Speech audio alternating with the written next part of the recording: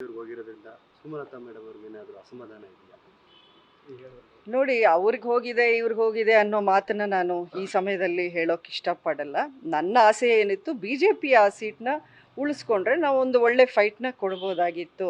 ಜಿಲ್ಲೆಯಲ್ಲಿ ಪಕ್ಷಕ್ಕೂ ಒಂದು ಫಸ್ಟ್ ಟೈಮ್ ಒಂದು ಅಸ್ತಿತ್ವ ಅನ್ನೋದನ್ನು ನಾವು ತರುವಂಥ ಒಂದು ಪ್ರಯತ್ನವನ್ನು ಮಾಡ್ಬೋದಾಗಿತ್ತು ಅಂತ ನನ್ನ ಫೈಟ್ ಇತ್ತು.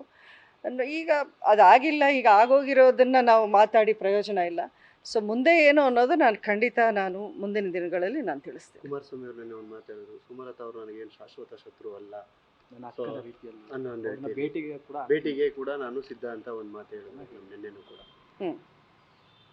ಭೇಟಿಗೆ ನೀವೇನು?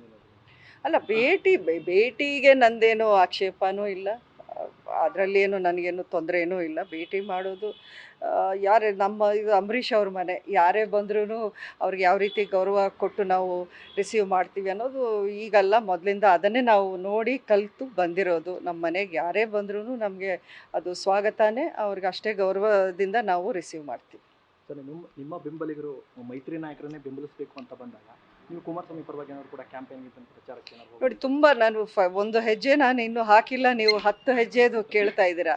ಇವೆಲ್ಲದಕ್ಕೂ ನಾನು ಕ್ಲಾರಿಟಿ ಮಂಡ್ಯದಲ್ಲೇ ಕೊಡ್ತೀನಿ. ನಾರಾಯಣಗೌಡರು ಕೂಡ ಒಂದಷ್ಟು ವಿಚಾರಗಳ ಬಗ್ಗೆ ಮಾತಾಡಿದ್ರು ಮೇಡಮ್, ನಿಮ್ಮ ಗಮನಕ್ಕೆ ಇರುತ್ತೆ ಅಂತ. ಯಾವುದು ಹೇಳಿ?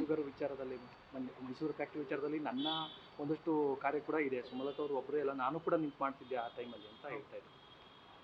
ಅಲ್ಲ, ನಾನು ಫಸ್ಟ್ ಮೈ ಶುಗರ್ ವಿಷಯದಲ್ಲಿ ನನ್ನ ಒಂದು ಪ್ರಯತ್ನ ಆರಂಭ ಮಾಡಿದಾಗ ನಾರಾಯಣಗೌಡರು ಇನ್ನೂ ಆವಾಗ ಬಿ ಜೆ ಪಿ ಪಕ್ಷಕ್ಕೆ ಸೇರಿಕೊಂಡು ಇಲ್ಲ, ಮಿನಿಸ್ಟ್ರು ಆಗಿರಲಿಲ್ಲ. ಅವ್ರ ಪ್ರಯತ್ನ ಅಂದರೆ ಅವ್ರ ಸಪೋರ್ಟ್ ಇದ್ದೇ ಇದೆ, ನಾನು ಅದನ್ನು ಇಲ್ಲ ಅಂತ ಇಲ್ಲ. ಎಲ್ಲರೂ ಸಪೋರ್ಟ್ ಮಾಡಿದ್ರೇ ಅಂಥ ಒಂದು ದೊಡ್ಡ ವಿಷಯ ಆಗೋದು.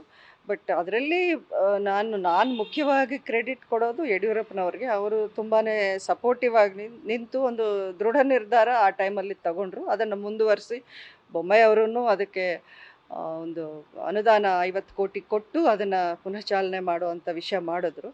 ಇದರಲ್ಲಿ ಎರಡನೇ ಮಾತಿಲ್ಲ. ಮೇಡಮ್, ವಿಜಯೇಂದ್ರ ಅವರು ಏನಾದರೂ ಬೇರೆ ಆಫರ್ ಕೊಡ್ತಾರೆ ಈಗ ಭವಿಷ್ಯದಲ್ಲಿ ಅವರಿಗೆ ಒಳ್ಳೆ ಇದಿದೆ ಅಂತ ಹೇಳೋದು ಮಾತನಾಡುವಾಗ, ಈಗ ಈ ಸೀಟನ್ನು ಬಿಟ್ಟು ಬೇರೆ ಏನಾದರೂ ಆಫರ್ ಕೊಟ್ಟಿದ್ದಾರೆ? ಅಲ್ಲ, ಈ ಸೀಟನ್ನು ಬಿಟ್ಟು ಬೇರೆ ಆಫರ್ ಅಂದರೆ ಲೋಕಸಭಾ ಸೀಟ್ ಬಿಟ್ಟು ಬೇರೆ ಏನಾದರೂ ರಾಜ್ಯಸಭಾ ಮುಂದಿನ ದಿನಗಳಲ್ಲಿ